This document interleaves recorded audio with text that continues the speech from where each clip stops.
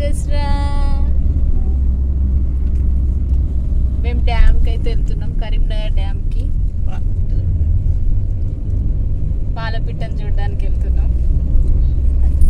మీకు కూడా చూపిస్తాను చూడండి. Happy Dasara. Happy Dasara. Hi, happy Dasara అందరికి. హ్యాపీ దసరా. హాయ్ అద్వైత. ఎటు వెళ్తున్నాం మనం? ఎటు వెళ్తున్నాం? డ్యామ్ దగ్గరికి వెళ్తున్నాం.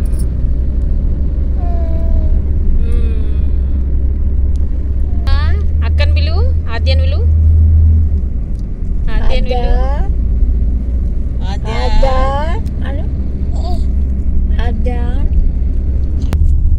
పాలపిట్టను చూడడానికి వచ్చాము.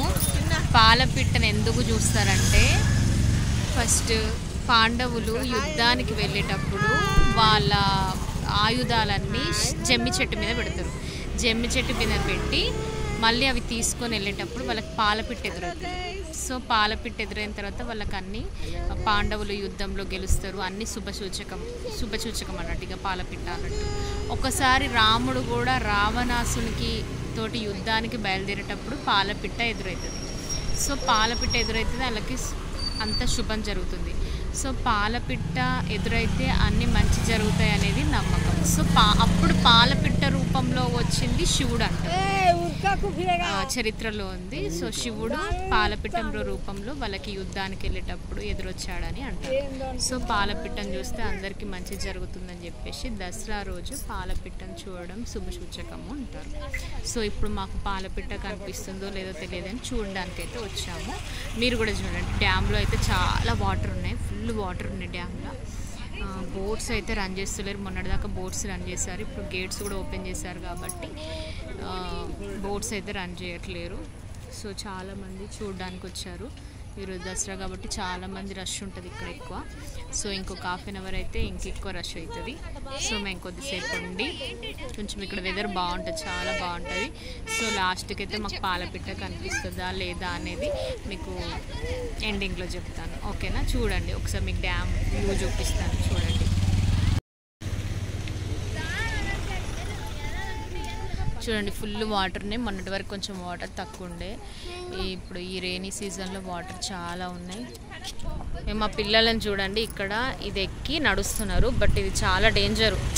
ఇలాంటి వాళ్ళని తీసుకొస్తే ఏదో ఎంజాయ్ చేస్తారు అనుకుంటే ఇది ఎక్కి మాకు కొంచెం మనని భయపట్టిస్తుంది. సో దించాలి వీళ్ళని.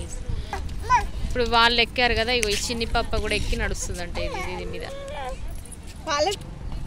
ఐస్ క్రీమ్ కొనుక్కున్నారు, తింటున్నారు. ఎక్కడికి పోయినా ఇది తప్పదు కదా మాకు.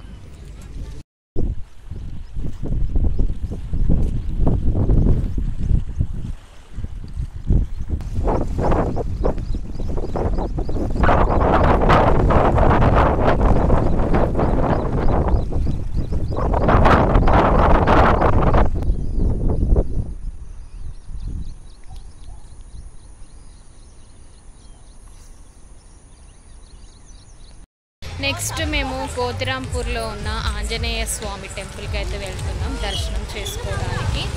ఇక్కడ కూడా రావణాసుని సంహారం చేస్తారు. సో అదైతే 8-15 ఆ మధ్యలో ఉంటుంది. ఫస్ట్ మేమైతే దర్శనం చేసుకొని తర్వాత రావణ సంహారాన్ని మనము వీక్షించవచ్చు.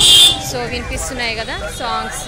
టెంపుల్ అయితే దగ్గరకు వచ్చేసింది, మీకు లోపల చూపిస్తున్నాను. టెంపుల్ చాలా బాగుంటుంది. ఇక్కడ కూడా రెడీ చేశారు, చాలా పబ్లిక్ వస్తున్నారు. ఫస్ట్ అయితే మేము టెంపుల్ లోపలికి అయితే వెళ్తున్నాం. చూడండి ఫుల్ లైన్ ఉంది.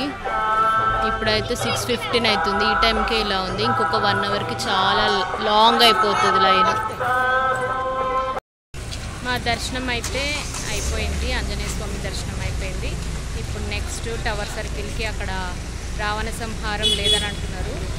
పక్కన బోయవాడకి వెళ్ళి అక్కడ రావణ సంహారం చూసి ఇంకా కోతిరాంపూర్ అమ్మవారు ఈరోజే నిమజ్జనం అవుతుంది. అది మీకు అన్ని వీడియో చూపిస్తాను, చూస్తూ స్కిప్ చేయకండి. ఇక్కడ కోతిరాంపూర్ అమ్మవారు అయితే నిమజ్జనానికి రెడీ అయ్యారు, వెళ్తున్నారు, ఇప్పుడే తీసుకెళ్తున్నారు.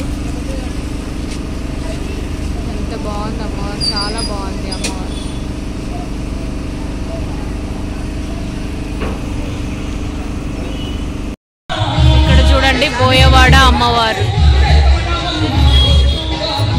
చాలా బాగుంది అమ్మవారు.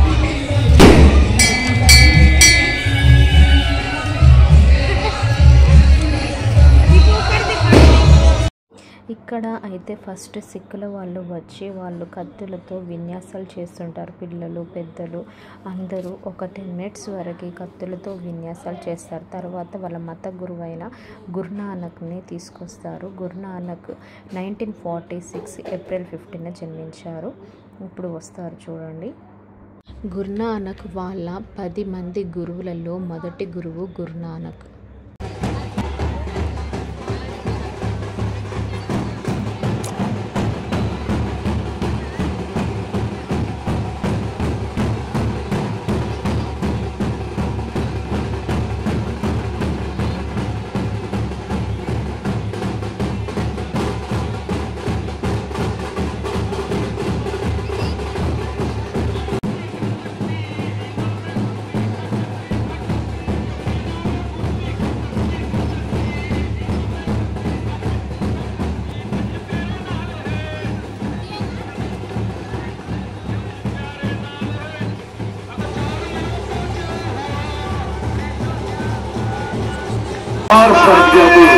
सदा जगमाए कृपा कर श्याम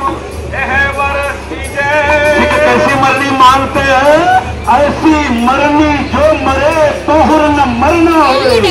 ऐसा दुनिया में कोई ना मरा है ना कोई आगे। సాయిబాబాలు ఎట్లా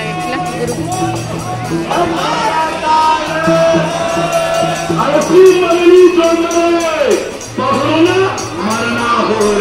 ऐसी मरनी मांगते हैं गुरु का खालसा। कोई दूसरा दुनिया में कभी न मरा है न मरेगा। बड़े साहिबजादे केवल 14 साल की उम्र साहिबजादा सुझाव सिंह जी। వాళ్ళది అయిపోయిన తర్వాత ఇప్పుడు రావణ సంహారం చేస్తారు. రావణ సంహారం చూడండి.